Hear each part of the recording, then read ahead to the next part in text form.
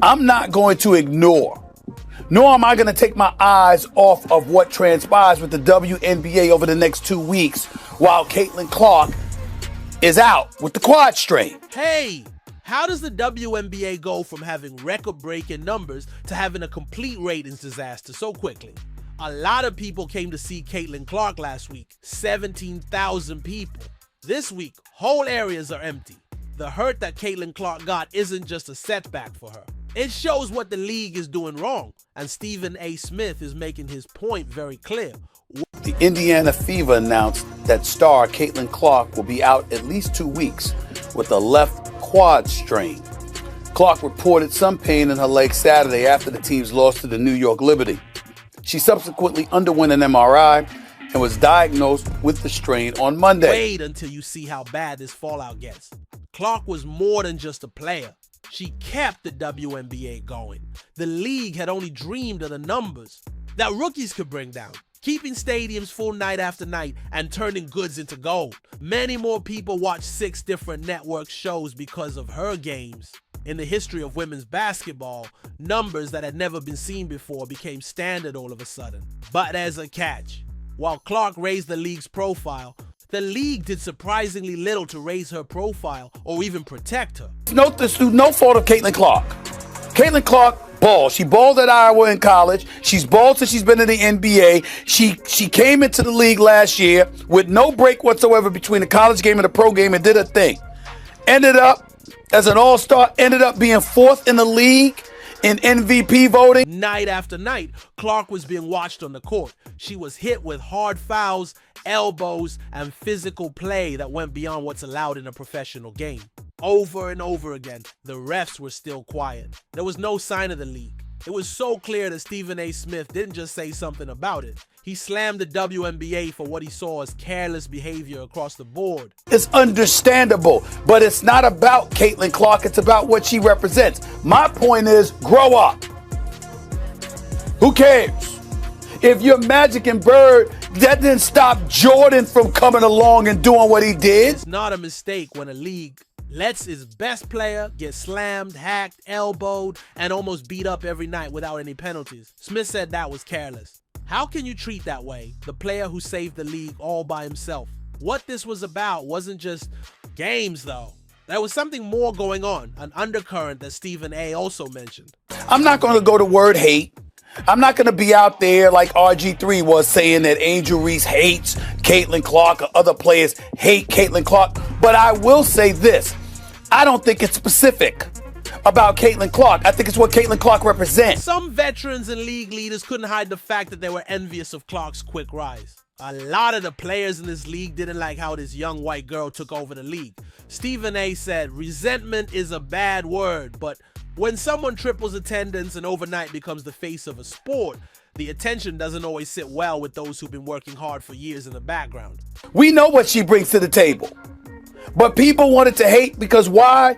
You had a bunch of players in this league that watched this young white girl come along and take the league by storm, and they resented it because they saw the marketing prowess that she had. That anger wasn't just talked about in locker rooms either. During games, you could feel it. She didn't seem to be getting rough treatment by accident. It felt like a target. A hard foul here, an elbow there without being seen. The officers kept their whistles down the whole time. It should have been the league's job to keep a close eye on things and make it clear that intentional rough play would not be allowed, especially against a player who brings in so much money and attention. Ignored the fact that you got chartered flights because of this girl.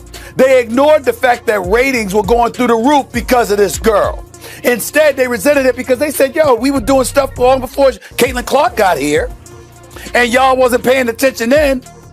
But now, the young white girl comes along, and y'all want to sit up there and shower all of this praise and all of this attention that was earned before she ever came along. Instead, be quiet. It's easy to see why Stephen A. called what the league did bad practice. What's even more upsetting is that Clark wasn't just a great player. She was also making women's basketball cool again, which was the league's job. People didn't come to see the WNBA. They came to see Clark. The whole crowd was electric. I could give a damn about that last part. I don't care about her leading the league in assists. I don't care about the points that she's averaging because I already know that the young lady can ball.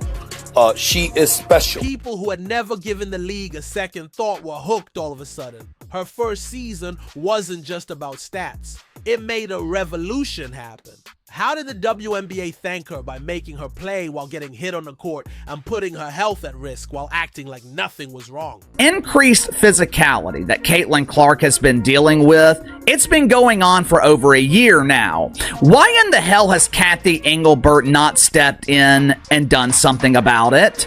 Over the weekend, It wasn't just a mistake. It was an attempt to hurt yourself. Clark wasn't just having a great season, she was also making history. And now that's on hold because she hurt herself. Many people say that could have been avoided if the WNBA had stepped up to protect her. It wasn't just bad luck. The reason for this is that the system is selecting. Since it was clear it wasn't Clark, the whole league is in danger because of this one player's abuse. The worst thing about this isn't just Clark getting hurt. It's how easy it all seems to avoid. We get to turn around and look and see what exactly is it that the league will do knowing that she's out for the next 2 weeks. I'm not saying I know for sure what's going to happen, but I have an idea. We shall see. We'll definitely be watching. There's no doubt that her rise saved the WNBA, but the league didn't seem ready for it or willing to hold on to it. Now the results can be seen everywhere. It's no longer just about Caitlin Clark. Arenas are empty and numbers are falling all the time. they have to rely on themselves to draw an audience.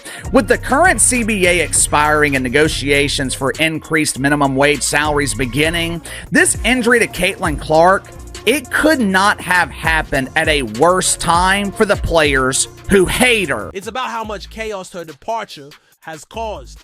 The WNBA went through something it had never seen before when Caitlin Clark joined the team.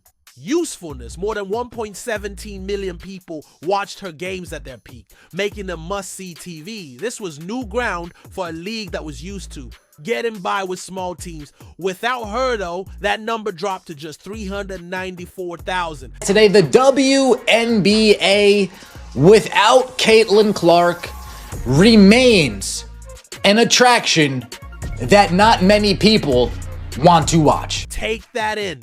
From 1.17 million to 394,000. It's not just a dip. There is a problem.